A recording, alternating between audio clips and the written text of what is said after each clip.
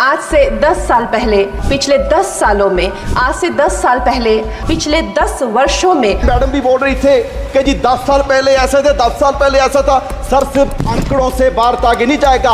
अगर पूरी दुनिया में भारत की पोजीशन देखनी है तो हैप्पीनेस इंडेक्स में हम 2016 में 118वें नंबर पर थे और अब 126वें नंबर पर चले गए। ग्लोबल हंगर में हम 111वें नंबर पर हैं 125 देशों में। और जिन हमारे जो पड़ोसी देश हैं जिनको हम मुल्क भी नहीं समझते हो, वो भी हमारे देश से आगे निकल रहे हैं। और सबसे हैरानी की बात सभापति जी आपको होगी, एक रिपोर्ट के एनवायरमेंटल परफॉर्मेंस इंडेक्स 180 देशों का सर्वे किया गया और बड़े दुख की बात है कि हम 180वें नंबर पर हैं। एक देश भी हमसे पीछे नहीं और हम कह रहे हैं कि जी हम विश्व गुरु बनेंगे। सर, सिर्फ बातों से विश्व गुरु नहीं बनेंगे।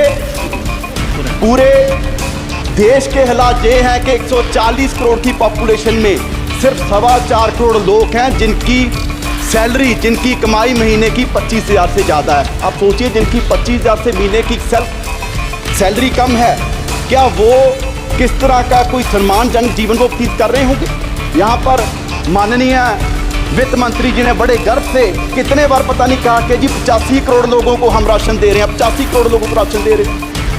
ये कोई गर्व की बात नहीं, मुझे लगता है कि सरकार के लिए शर्म की बात है कि पिछले 10 साल में आप 85 करोड़ लोगों को गरीबी से बाहर निकाल पाए और आप इसकी चीज को बड़े गर्व से बता रहे हैं।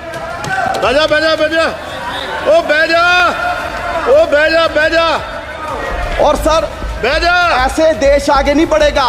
और सर, अगर मैं लास्ट में अपने क्षेत्र पंजाब की बात करूं, क्योंकि सर वैसे तो किसी प्रदेश का ध्यान नहीं रखा गया, अगर मैं पंजाब की बात करूं, सर फ्लड्स के लिए बजट आपने लॉट किया।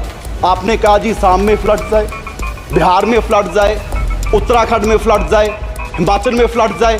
क्या सर पंजाब देश का हिस्सा नहीं है? जो बारिश उत्तराखंड में हुई, हिमाचल में हुई, क्या वो पहाड़ों में रुक जाएगी?